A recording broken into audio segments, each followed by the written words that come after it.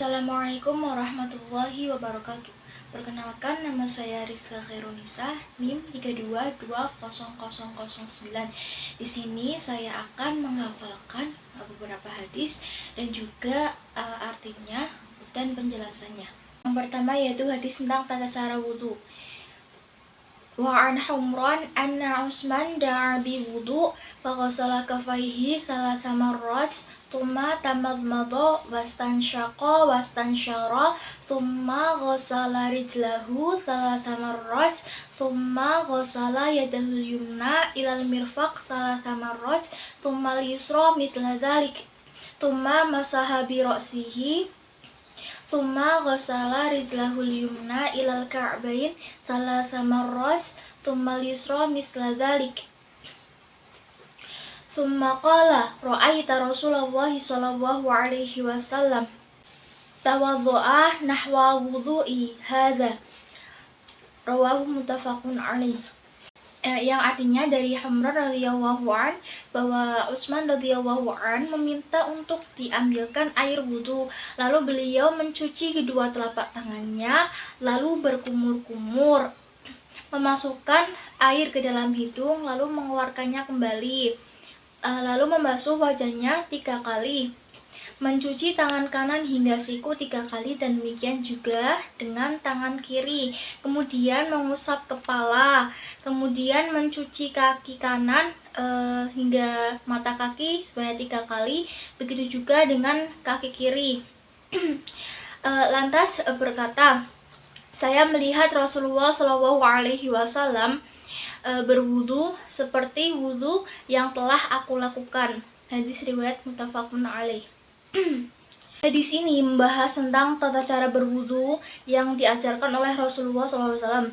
Tata cara wudu yang disampaikan oleh Utsman yaitu dengan mencuci telapak tangan sebanyak 3 kali, lalu berkumur-kumur, lalu memasukkan air ke dalam hidung atau istinsyaq, dan mengeluarkan air dari hidung atau istinsyar. Lalu mencuci tangan sebanyak 3 kali sampai siku, begitu juga dengan tangan kiri yaitu sampai siku juga. Nah, lalu mengusap kepala, lalu mencuci kaki hingga mata kaki sebanyak 3 kali, berlanjut dengan kaki kiri sama yaitu sebanyak 3 kali. Nah, dalam hal ini dari contoh praktek wudhu yang telah dilakukan oleh Utsman ini juga diajarkan oleh Rasulullah. Jadi seperti itulah tata cara berwudhu yang telah dipraktikkan atau diajarkan oleh Rasulullah SAW. Yang kedua yaitu hadis tentang haid dan istihadhah.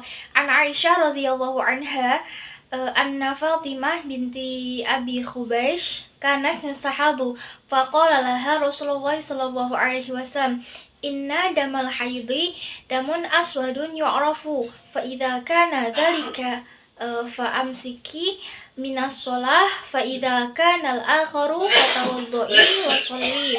Rawahu Abu Dawud wa Nasa'i. Artinya dari Aisyah radhiyallahu an, ia berkata, Fatimah binti Abi Hubaysh sedang istihadhah, maka Rasulullah Shallallahu Alaihi Wasallam bersabda kepadanya, sesungguhnya darah haid adalah darah hitam yang memiliki bau yang khas. Jika memang darah itu yang keluar, hendaklah tidak mengerjakan sholat. Namun jika keluar darah yang lain, berwudulah dan sholatlah. Diriwayatkan oleh Abu Dawud, An-Nasa'i, dan disahkan oleh Ibnu Hibban dan Al-Hakim. Hadis ini menjelaskan tentang Fatimah binti Abi Hubaysh yang saat itu sedang keluar darah yang banyak, yaitu darah istihadhah.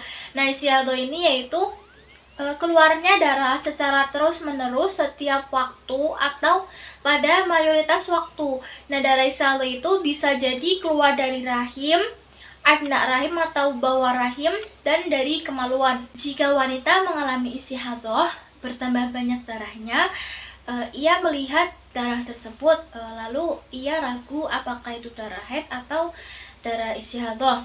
Nah, itu bisa dibedakan dengan melihat warna darah. Jika darah itu berwarna hitam dan memiliki bau yang khas, maka itu disebut darah haid. Nah, jika berwarna lain selain warna tersebut, maka dipastikan itu bukan darah haid. Nah, jika itu haid, maka tidak diperkenankan untuk melaksanakan sholat. Sebagian ulama berkata bahwa hadis ini berlaku untuk orang yang baru mengalami haid dan belum mempunyai kebiasaan haid. Nah, wanita semacam ini itu melihat pada perbedaan warna darah. Jika ingin membedakan apakah itu darah haid atau bukan. Nah, akan tetapi jika sudah memiliki kebiasaan haid, maka yang diperlukan untuk menentukan apakah mengalami haid ataukah istihadha itu dilihat dari kebiasaan wanita itu. Nah, inilah pendapat yang masyhur baik dalam mazhab Imam Ahmad, Imam Hanafi, ataupun sebagian pandangan dari mazhab Syafi'i. Nah, adapun perbedaan antara darah haid dan darah istihadha. Yang pertama, darah haid itu berwarna hitam dan istihadha itu berwarna merah mengarah ke arah kuning. Yang kedua, darah haid itu kental, sedangkan darah istihadha itu encer. Ketiga, darah haid itu baunya khas, sedangkan darah istihadha itu tidak berbau. Yang keempat, darah haid itu tidak membeku, sedangkan darah istihadha itu bisa membeku. Ketiga yaitu hadis tentang sholat malam.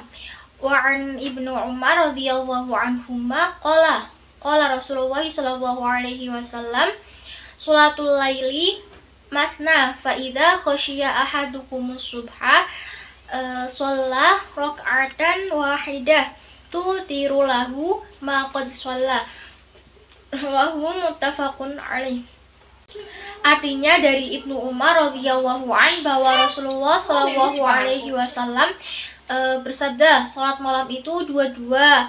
Maka bila seorang di antara kamu takut telah datang waktu subuh, hendaknya ia sholat 1 rakaat untuk mengganjilkan sholat yang telah ia lakukan.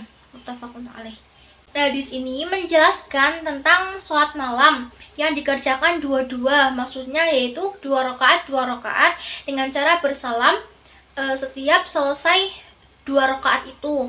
Nah, sholat malam itu bersifat umum, mencakup sholat tahajud, sholat witir maupun sholat sunnah yang lainnya yang dikerjakan di malam hari. Nah, sholat witir itu pelaksanaannya dari setelah selesai sholat isya hingga datangnya waktu fajar atau subuh. Nah, akan tetapi jika seseorang itu takut akan mepetnya atau datangnya waktu subuh, maka boleh dikerjakan 1 kali saja untuk mengganjilkan sholat yang telah ia lakukan, seperti halnya sholat witir. Yang keempat yaitu hadis tentang sholat witir lebih baik daripada unta merah. Wa an Kharijah bin Hudzafah radhiyallahu anhu qala Rasulullah sallallahu alaihi wasallam innallaha amaddakum bi sholati min khairul lakum min khamrun na'am. Qulna wa ma hiya ya Rasulullah? Qala al-witru ma baina sholatil isya ila tulu'il fajri. Rawahul khamsah illa Nasa'i wa shahahul Hakim. Artinya dari Kharijah bin Hudzafah bahwa Rasulullah SAW bersabda, sungguhnya Allah membantu kamu dengan sholat yang lebih baik bagimu daripada unta merah. Kami bertanya, sholat apa ya Rasulullah? Beliau menjawab, witir antara sholat isya hingga terbitnya fajar. Di riwayat Imam 5 kecuali Nasa'i. Hadis ini sahih menurut Hakim. Nah, hadis ini itu menjelaskan tentang keutamaan, salah satu keutamaan dari sholat witir, yaitu bahwa Allah memberikan pilihan antara mengerjakan sholat witir atau mendapatkan unta merah yang dikenal mahal harganya. Nah, di sini sholat witir yang dikerjakan itu nilainya lebih baik dan lebih utama daripada seekor unta merah. Nah, adapun sholat witir ini dikerjakan yaitu antara sholat isya hingga terbitnya fajar atau subuh. Kelima yaitu hadis tentang diharamkannya jual beli benda najis. Wa an Jabir bin Abdillah radhiyallahu anhuma annahu sami'a Rasulullah sallallahu alaihi wasallam yaqul amal fathi wa huwa bi Makkah innallaha harrama bai'al khamri wal maitati wal khinzir wal asnam. Faqila ya Rasulullah ara'aita syuhumal maitah fa innaha tudla biha sufun wa dudhanu bihal julud wa yastasbihu bihan nas. Qala la huwa haram. Thumma qala Rasulullah sallallahu alaihi wasallam 'inda dzalik qatalallahu al-yahuda innallaha lamma harrama 'alaihim syuhumaha jamaluhu thumma ba'uhu fa'aqalu tamanahu. Muttafaqun alaih. Artinya dari Jabir bin Abdullah radhiyallahu an bahwa ia mendengar Rasulullah sallallahu alaihi wasallam bersabda di Mekah pada saat penaklukan kota itu, sungguhnya Allah melarang jual beli minuman keras, bangkai, babi dan berhala. Ada orang bertanya, wahai Rasulullah, bagaimana pendapat Anda? Bagaimana pendapat engkau tentang lemak bangkai karena ia digunakan untuk mengecat perahu, meminyaki kulit, dan orang-orang menggunakan untuk menyalakan lampu. Beliau bersabda, tidak, ia haram. Kemudian setelah itu Rasulullah SAW bersabda, Allah melaknat orang-orang Yahudi karena ketika Allah mengharamkan atas mereka jual beli lemak bangkai, mereka memprosesnya dan menjualnya, lalu memakan hasil penjualannya. Hadis riwayat muttafaqun alaih. Hadis ini menjelaskan di antara hal buruk yang diharamkan, yaitu 4 hal yang disebutkan dalam hadis ini. Nah, Jabir itu menuturkan bahwa ia mendengar Nabi SAW melarang menjual belikan 4 hal tersebut di Mekah pada tahun penaklukan. Nah, dengan demikian khomer, bangkai, babi, dan patung-patung atau berhala itu tidak boleh dijual belikan, apalagi dimakan hasil penjualannya, karena itu merupakan simbol-simbol kerusakan dan bahaya, serta mazharat yang lainnya. Nah, di samping itu Rasul juga menjelaskan bahwa lemak bangkai yang digunakan untuk melumuri kapal agar menyumbat pori-pori kayu sehingga tidak tenggelam, dipakai juga untuk meminyaki kulit agar lembut atau halus, serta digunakan untuk penerangan lampu. Nah, lemak tersebut itu hukumnya haram. Selanjutnya Rasulullah SAW juga bersabda, nah saat itu sambil mengingatkan bahwa membuat rekayasa terhadap hal-hal yang diharamkan oleh Allah merupakan sebab kemurkaan dan kutukannya.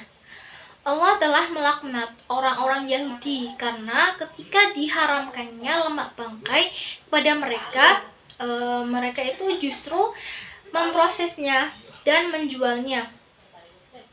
Padahal jelas sekali lemak bangkai itu haram untuk diperjualbelikan dan dimakan hasil penjualannya. Nah, mereka itu ingkar atau tidak patuh terhadap larangan tersebut. Mereka itu memprosesnya,